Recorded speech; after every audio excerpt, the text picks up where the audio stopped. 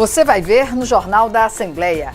Deputado Bruno Toledo vai judicializar o Sinteal por ataques à sua posição contrária à ideologia de gênero nas escolas. E na série sobre os 200 anos de Alagoas, os avanços da economia local. O Jornal da Assembleia está começando.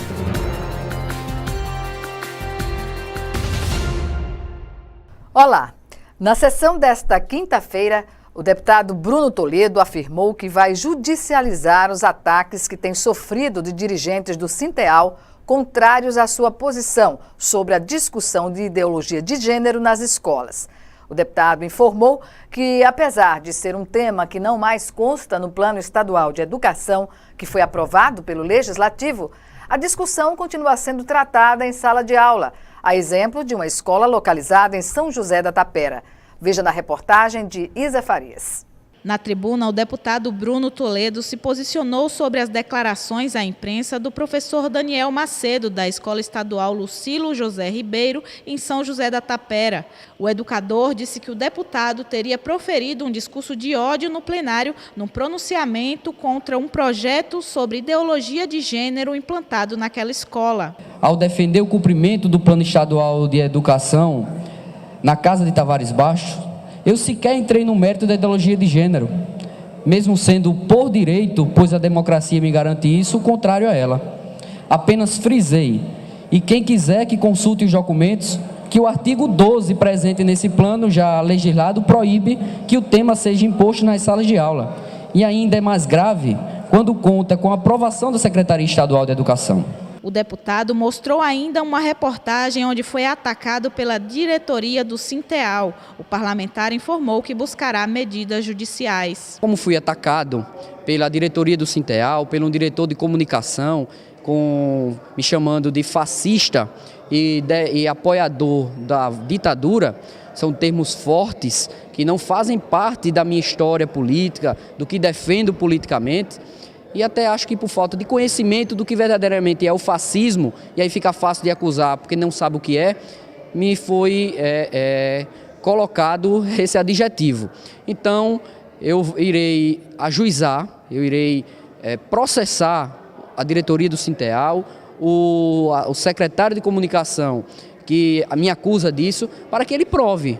De acordo com Bruno Toledo, na próxima semana ele também deve protocolar convocação para que representantes do Colégio de São José da Tapera e da Educação Estadual compareçam na Assembleia Legislativa para uma reunião. Mais grave, uma instituição de ensino não saber que há uma legislação, um plano estadual que precisa ser respeitado e seguido. Então, como o próprio professor disse que teve o aval da diretoria e da Secretaria Estadual de Educação, se faz necessário que esta casa convoque o senhor secretário de Educação, a diretoria da escola e também o professor que realizou o projeto, para que tenhamos um debate, saber o que está ocorrendo nessa falta de comunicação. O plano estadual foi amplamente debatido, inclusive com um seminário, não foi apenas com audiência pública.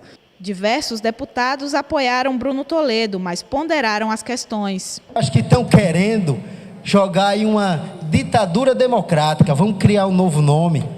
Por quê? Dizem que existe democracia, mas não pode falar. A família brasileira precisa ser defendida.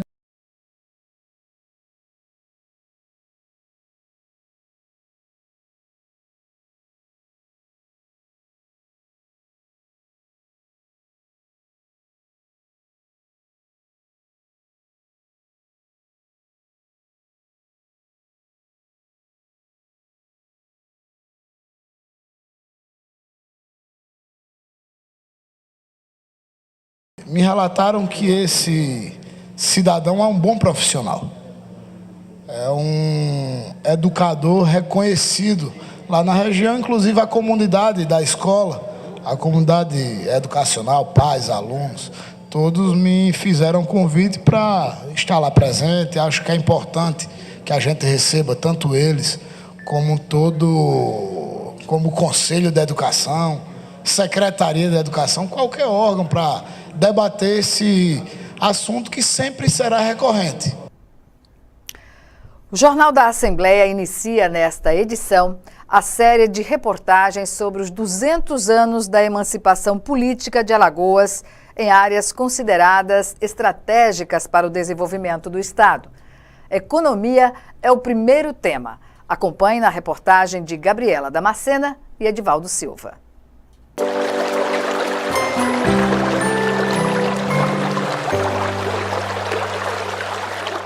Quando Alagoas foi declarado independente de Pernambuco em 16 de setembro de 1817, a sua economia já era fortalecida. E segundo o economista Cícero Péricles, a pecuária, a produção de açúcar e algodão predominavam na então capitania.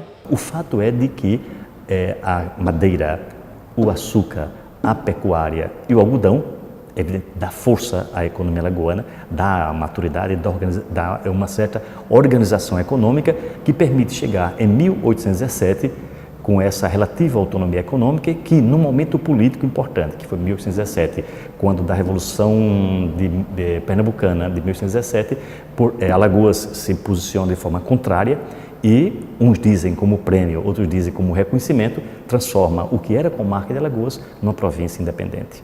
O crescimento dos engenhos, a partir da independência de Alagoas, garantiu o desenvolvimento da economia e infraestrutura, como a construção da malha ferroviária e do porto de Maceió. A partir de 1817 até o final do século, o algodão predomina e se expande, a pecuária também se expande, o açúcar se expande mais enormemente, o número de engenhos cresce impressionantemente, de 170 engenhos, quando nós ficamos independentes de Pernambuco, chegamos ao final do século XIX com quase 1000 engenhos.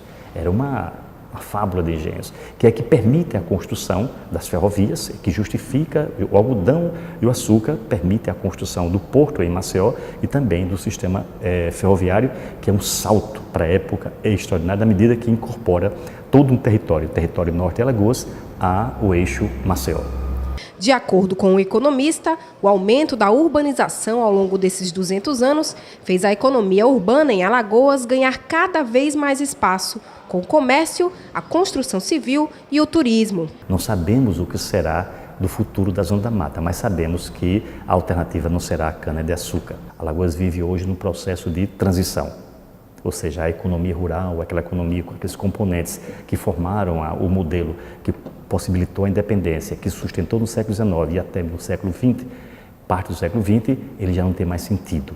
Hoje, a tendência nossa é de uma economia urbana, de prestação de serviços, de comércio, com forte setor da construção civil, calcada em setores competitivos, como é o turismo alagoano, e também segmentos de média e alta complexidade em cidades de porte médio ou grande, como Maceió. Para Cícero Péricles, o futuro está voltado para as cidades, que, cada vez maiores, serão responsáveis por sustentar a economia de Alagoas.